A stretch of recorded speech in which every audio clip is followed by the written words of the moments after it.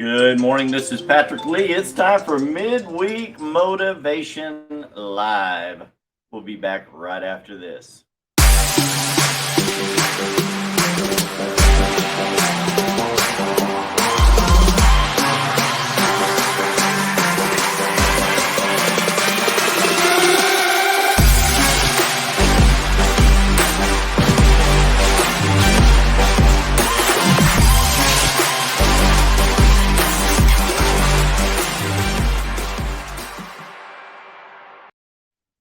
Hey, everybody, it's Patrick Lee. It's time for Midweek Motivation Live. I hope y'all are doing all right today. I know I am on purpose. I've said that many times in the past. Doing great on purpose. I learned that from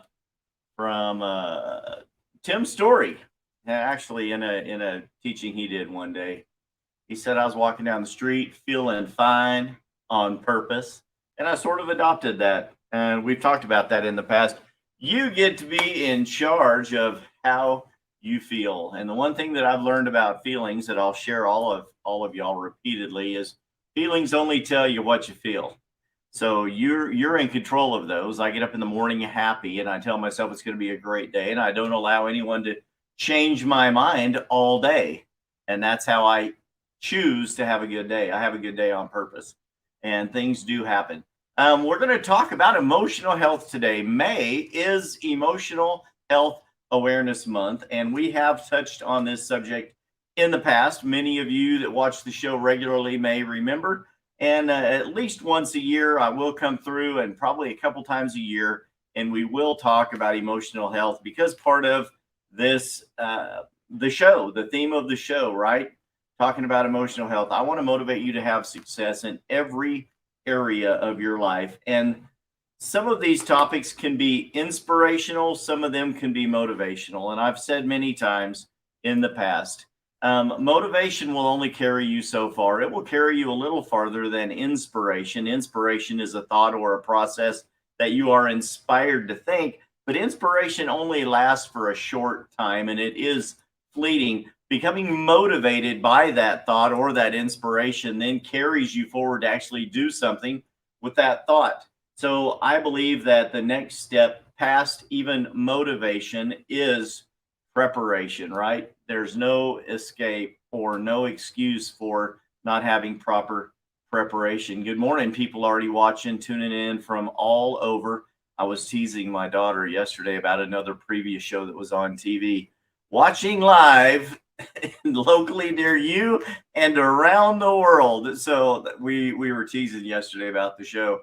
We've had people that watch the show from other countries, and that's always exciting to me. That's really kind of fun. But I'm impressed that people watch the show. I'm always thankful that people come back, and I have regular viewers. Last week we had one of our regular viewers, Ross Daigle, on the show, and talked about a lot of the things that he has done to help learn to thrive in a niche market. And then also how he has learned to overcome battling things like ADHD in his life. This week, I want to talk to you about your emotional health. It is Mental Health Awareness Month in the month of May every year. And I want to talk to you about that a little bit today. I just want to dig into a couple of the areas that I think that we can help you with emotional health. If there are any of you, of course, that have comment, you can always comment during the show below the video as well. During the show, while I am live, I am not able to respond to your comments through the chat feature, through the text feature. This is broadcast live on Facebook and LinkedIn, and then uploaded immediately after to YouTube. And with this being linked, brought simulcast to multiple platforms, I'm not able to use the chat feature, but I do answer a lot of the comments during the show. And if the comment is a great one or valid or relevant, then I end up popping that comment up on the screen for other people to see as well. So I'm don't hesitate to comment if you have something that you would like to chip in on this. But I do want to talk to you today about our emotional health. Mental Health Awareness Month has been observed in May in the United States since 1949. The month is observed with media, local events, and film screenings. Mental Health Awareness month began in the United States in 1949 and was started by the Mental Health of America organization. Many people that I listen to, and maybe that you listen to as well, will talk on this subject from time to time.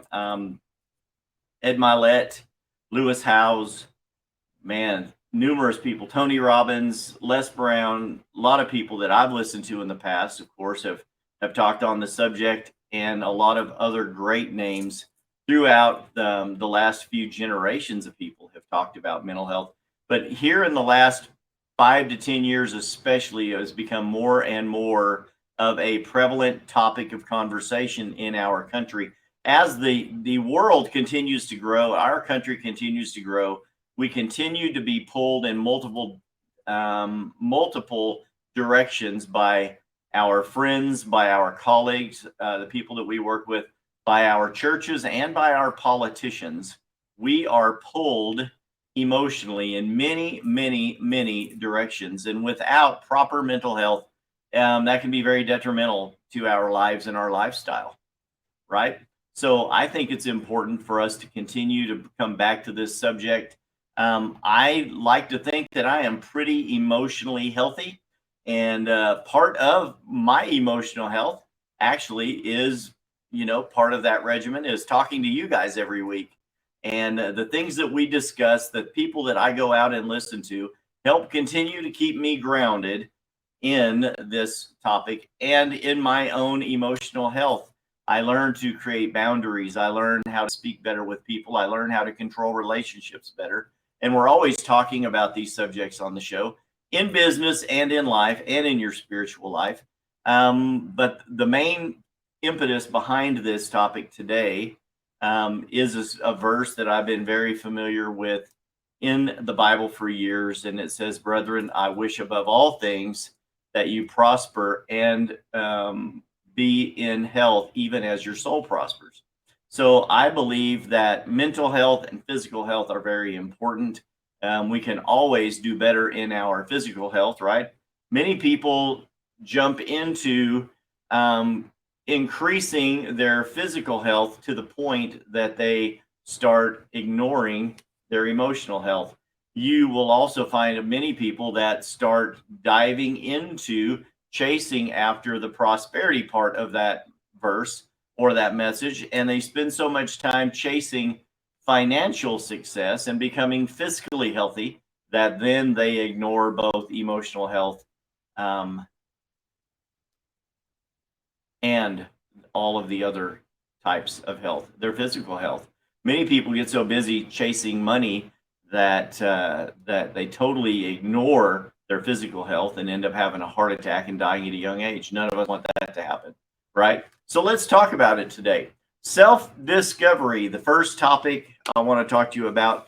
How open are my borders? One of the best things we can talk about in helping us increase in our emotional health is having proper boundaries. And we've talked about boundaries before. What do I mean by boundaries? And that really is the borders of what you allow into your mind, into your relationships with other people. How open are my borders? One of the biggest political topics, the hot topics for the last 8 to 10 years, maybe 15 years with the past few presidents that we have had, has been the borders of our nation, right? The great nation of the United States of America. How open are our borders? And one of the videos that I just recently watched earlier this week was on the southern border of the state of Texas, where we air the show, where I happen to live. And this one particular border crossing area is guarded by 2 Border Patrol agents. And there is a breach. Of course, we have been building a wall, and then we stopped building a wall across our borders to protect our borders, because we believe that our physical borders are important. We also believe that our mental and emotional borders are important as well. But in this one particular section, the wall had been built for miles and miles and miles. But there's this one area right along the river that the wall has not been completed. And this particular area is fairly remote. It's only guarded by 2 Border Patrol agents that patrol a very large area. And in this video that I watched, there was a caravan of hundreds of people coming into the country illegally and no one there to stop the flow. And the thing that many of us talk about when we discuss the open borders and the different policies of the different presidents that we've had and the policies of the politicians here in the state of Texas um, are the kinds of things that happen to come through these open borders. When you have open borders, there will be basically people coming for a better life. We understand that. America is the land of opportunity, the land of prosperity. There are people that are simply coming for a better life.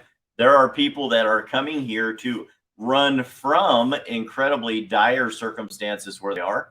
But then there are also people that are terrorists.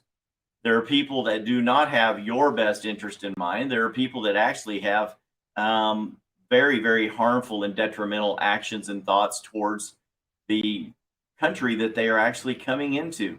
So, do we want that happening in our mind? When our borders and our boundaries are open, we can let idle thoughts come in, yes, but along with those idle thoughts that come in are very, very, very detrimental thoughts that come into our mind and our emotions, a lot of times based on people that we talk to, situations that we're in, relationships that we start to nurture from people that do not have our best interest in mind. Does that make sense to you? Drop a comment, raise your hand. Likes, loves, hearts, right? We love all of those. The thing that we understand about open borders is that people are always coming to wherever they can get something, either for free or at low cost, correct?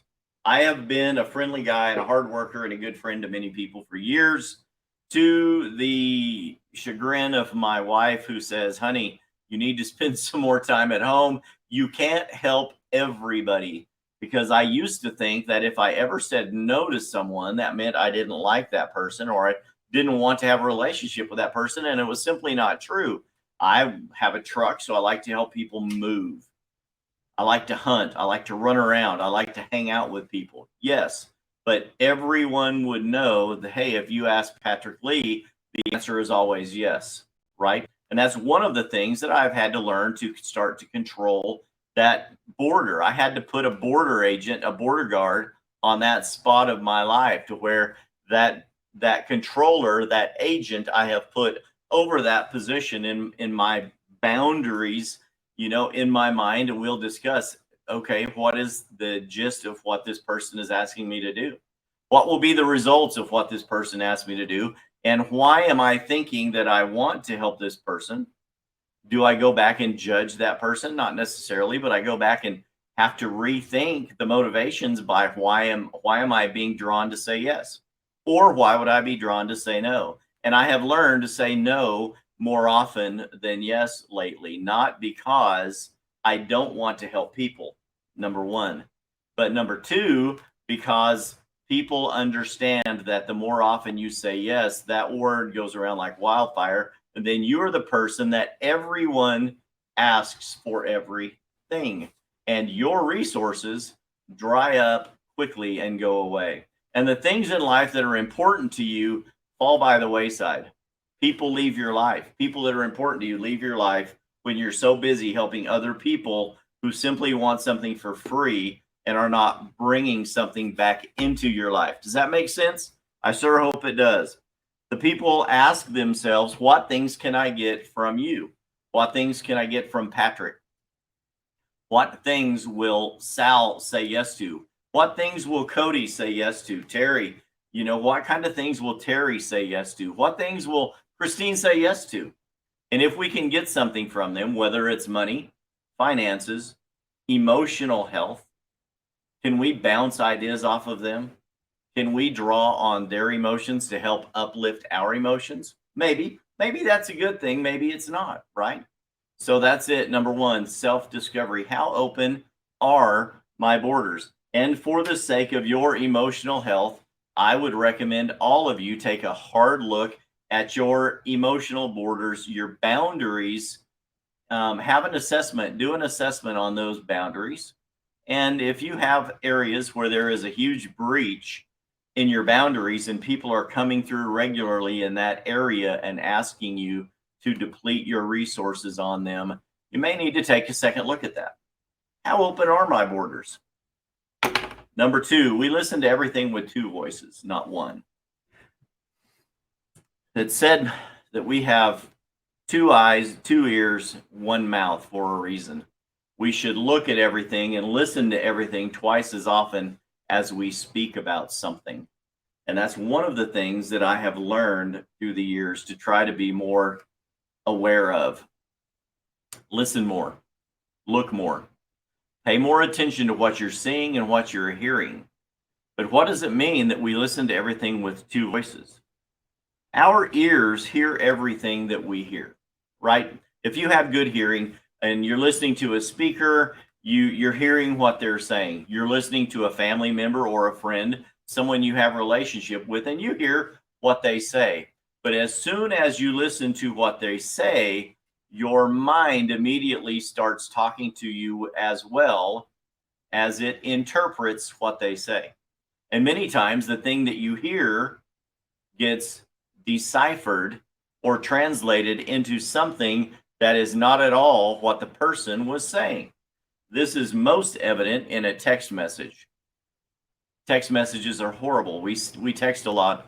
I text a lot. You know what? This is true because every one of you that text a lot have realized that in a friendly text, you have to put these 3 letters at the end of every text. And what are they? LOL. Just kidding. LOL. Love you. LOL. What in the world were they talking about? LOL. I cannot believe they said that. LOL. Because if you don't put LOL at the end of every one of your text messages, someone thinks that your message was too harsh and they mistranslate what you said. So the best thing to do when you start having mistranslation in a text message, pick up the phone and call them. That's number 1. Pick up the phone and call them because your voice, the inflection and the spirit in which you're speaking will be deciphered, translated much more clearly. Which helps our minds. The next best thing, of course, is to voice chat or go to the person directly and talk to them.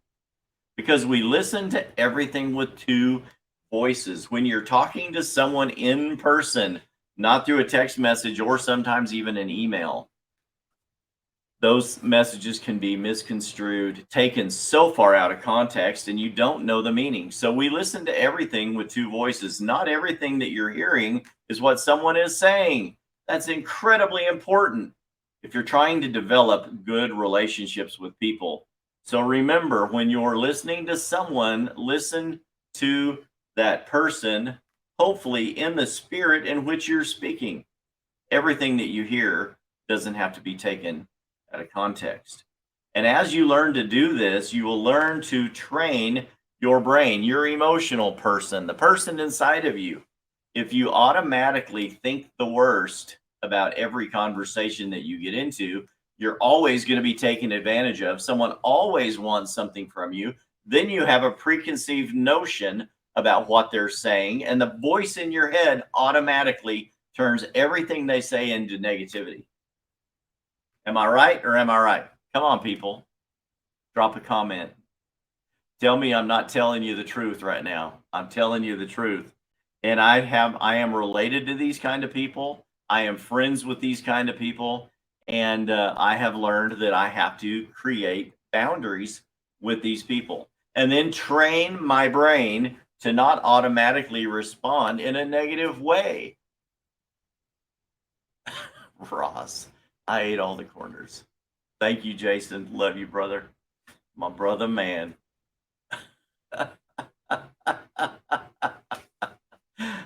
Everything means a different thing in a different context. Good comment, Ross. That's right. So very, very true. How well do you decipher what you hear? I believe that if you will start to train your brain to believe the best in people when you enter into a conversation, especially a text message, that you will stop automatically taking things people say out of context. Always believe the best in what you're hearing. Now we're going to go into a couple topics next, of course, that I think that are healthy, right? Brownies means I'm a jerk, but on a racetrack, it means I excelled. There you go. That's very true. Very true. So, how well do you decipher what you hear? Can you train your brain to automatically believe the best in other people? Absolutely. And if you will simply do that, um, that will help you go much further down the road into having um, great emotional health. Believe the best in people. Don't automatically assume the worst in people, and you'll be much happier in life. Now, the next topic we're going to talk about, of course, the show every week is roughly 30 minutes, and we're already going into 21 minutes. So I try not to run out of time, and I try to hit each topic equally. But during this mental health awareness month, these are some of the topics that really have struck home with me and things that I wanted to talk about. In the past shows, many of you that watched the show before understand that we have gone down many different roads as we talked about emotional health and relationships. But this next one, we haven't really talked about, and that is simply this question: is confrontation healthy? Not everything is worth fighting over. And that may be controversial to some of you because you may believe that your thoughts, your emotions, your relationships, every one of them are worth fighting over. That if I'm not fighting over everything I believe, then my boundaries are lax and I'm not sticking up for myself. And I don't believe that's true. I'm in the middle of a situation right now with a group of other real estate agents, and a decision has been made to change the way that we all do business.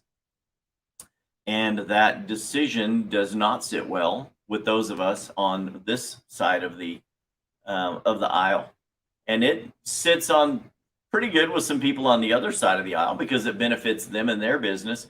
But it's detrimental to me and the other partners I have in our business and our business model and the way we do business. And we've had many discussions, and one of the topics that has come up, one of the statements has been made, and it's now in this situation and many others in the last couple of years, this simple statement has come up: is this the hill I choose to die on?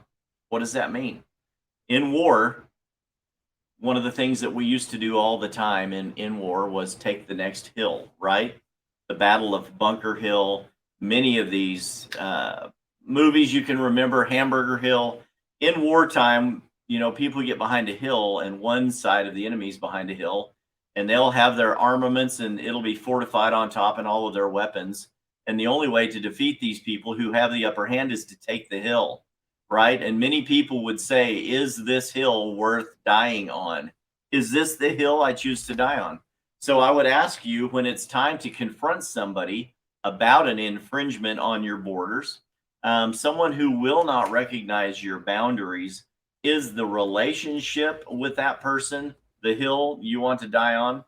Is that person a person who is a relationship builder, who is a strong friend, family member relation? Are they simply someone who is a side relationship? Yeah, I just said that. Are they a side relationship, like a side chick? You know what I mean? Is that a person that's really in your circle? Is confrontation with that person healthy?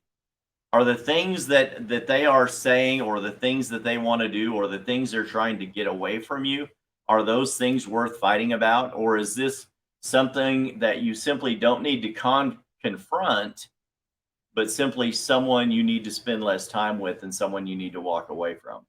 Because there are both kinds of people in your life, right? Is confrontation healthy?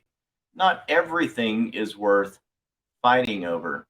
But if someone is continuing to push your boundaries, if someone is continuing to come to you to lift them up, and the relationship is not reciprocal, your feelings, your emotions, the amount of resources that you pour into them are not being returned, then that may not be something you just need to confront. It may need to be something that you just walk away from.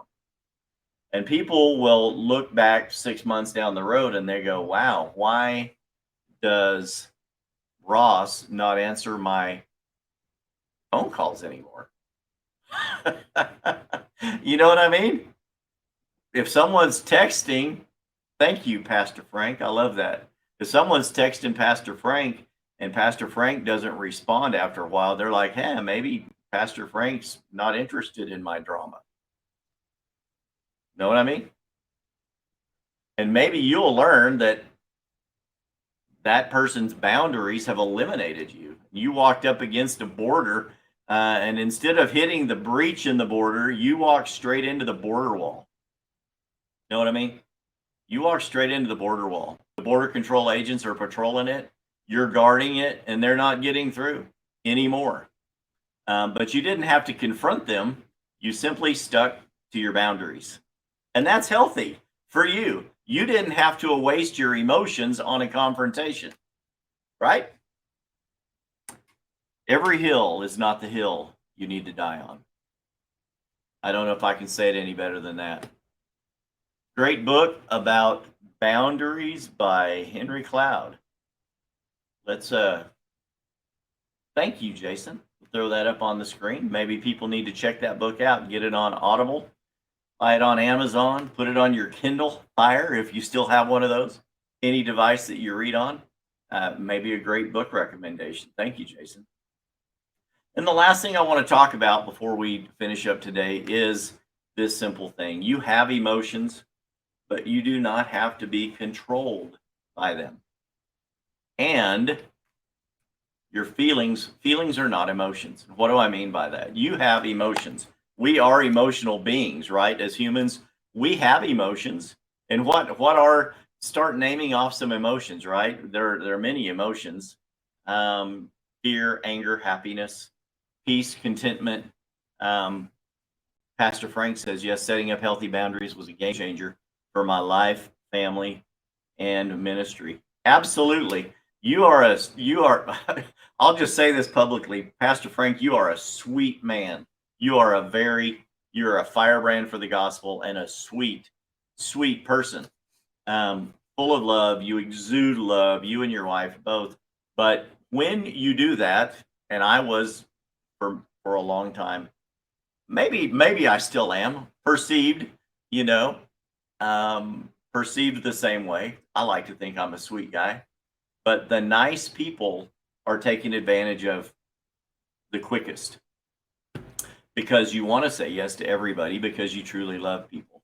And I was that way as well. And I'm learning, just like you, to set healthy boundaries and not allow people to project their anger, their emotions, their harsh feelings, their needs, wants, and desires on me. And when I started controlling that better and setting those boundaries, yes, it absolutely changed my life for sure. Sweet as brownies, Patrick. That's awesome. Patty says, don't have time for the negativity, but it is difficult when it's your family. The guilt of not knowing how to mend the difference. Absolutely, that can be the case, and that's what we're actually going into right now. You have emotions, but do not have to be controlled by them, even with family members. And let's talk about family for a minute. I have a family, you have a family, everyone has family of some kind. Many of us have learned that our family that we have chosen to call family is much tighter than the family that we were actually born into, and that can be true.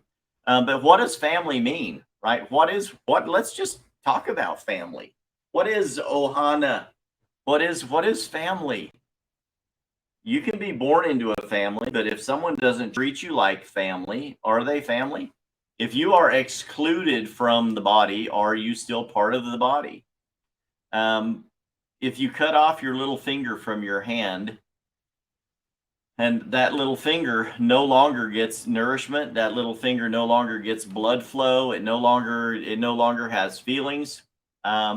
And the family, the body may miss that finger, but the family, if you chose to cut that finger off, what's that little finger going to do? Using an analogy from Pastor David Brown, and he's used it many times. What will happen to that finger? That finger will lose its sense of feeling. It will no longer have nourishment, and it will turn black and blue, bruised, damaged, injured, and then it will die. It starts to stink, right? So when someone is cut off from the family, are they still part of the family? If someone's not treated like family, are they still part of the family? And what if you're the person that cut yourself? What if you're the finger and you cut yourself off from the family? Are you still part of the family? Can a finger be transplanted onto another body? Sure, if it's still alive, it can. It can be transplanted onto another body and the veins can be reattached. Sometimes it's your own finger. And this is a gross analogy, but we're talking about cutting someone's finger off. But this is talking to somebody right now. The family that you choose to have sometimes will be tighter than the family that you were born into. And if your family continues to abuse your boundaries, to continue to not honor the borders that you have set up in your life, are they truly treating you like family? Are they cutting you off from the love, relationship, and nurturing that you need to remain a part of that family? Maybe you need to go out and start your own family with the people that you can know, love, and trust, and nurture relationships with them and see that they don't become closer than your blood family. I have many people in my family that are blood relatives that I know, love, and trust. They know, love, and trust me. We're family. We get along great. And then there are other people that haven't spoken to me in 25 years. Are they relatives? Absolutely. Do they treat me like family? No, that's okay. But I have more people like those of you that watch the show, my friends, church members, business associates, people that treat me like family. So I have emotions, but do not have to be controlled by my emotions. Emotions are part of what make us up as a human, but feelings are not emotions. What is the difference between a feeling and an emotion? They're the same thing, aren't they? No, they're not. A feeling basically is an emotion that's graduated into something because of the significance you give to it. You can watch a movie about, you can watch Old Yeller. It's an old movie, yellow dog, golden retriever. And in the end of the movie, I'll spoil it for you. Spoiler alert, Old Yeller dies. And if you've ever lost a dog, that emotion will sweep over you and become a feeling. The tears will flow. If you've lost a close family member and you watch a movie that has the same emotion in it and you assign that emotion to a thought that you have, that emotion then becomes a feeling that becomes out of control, and you will, here come cue the waterworks, right? Perhaps it's a time in your life that you have been wronged by somebody, incredibly wronged by someone, either legally, a family member, a friend. You have been wronged, and then some kind of a situation like that comes up, and at other people, it doesn't affect them at all. But because you have been affected by that personally, that turns into a feeling. Boom. All of a sudden, you're angry all over again. How many of you can be angered by a past thought, a past feeling all over again when it's brought back up? That's emotions that are unhealthy. When you've chosen to forgive somebody, you forgive them for good, right? You're done with that. When that situation is brought back up, you remember, I forgave them years ago. I'm no longer controlled by that emotion because I took them the importance of that. I took that away to where it's not a feeling anymore. It's simply an emotion that I have control of. Feelings are not emotions. Learn to get control of your emotions. Stop assigning emotions to these different things that have happened in your life, because when you do, it becomes a feeling, and all your feelings do is tell you how you feel about something, and that leads to unhealthy emotions. Guys, I hope this has helped you this week. We went over just a few minutes today. I apologize if you're busy and you had to leave, get back to work. But I do love you. I hope that you all take a time today to think about this, work on self-discovery and setting better boundaries in your life, learn on developing healthy relationships and avoiding unhealthy relationships. Remember, every relationship, everything that comes up is not a hill you need to die on. Some of them you just choose to say bye-bye to. And eventually they will wake up down the road and understand that your ship has sailed, and you're the one moving forward in healthy emotions. Until next week, this has been Patrick Lee with Midweek Motivation Live saying bye-bye. I love you. You guys have a blessed day. Take care.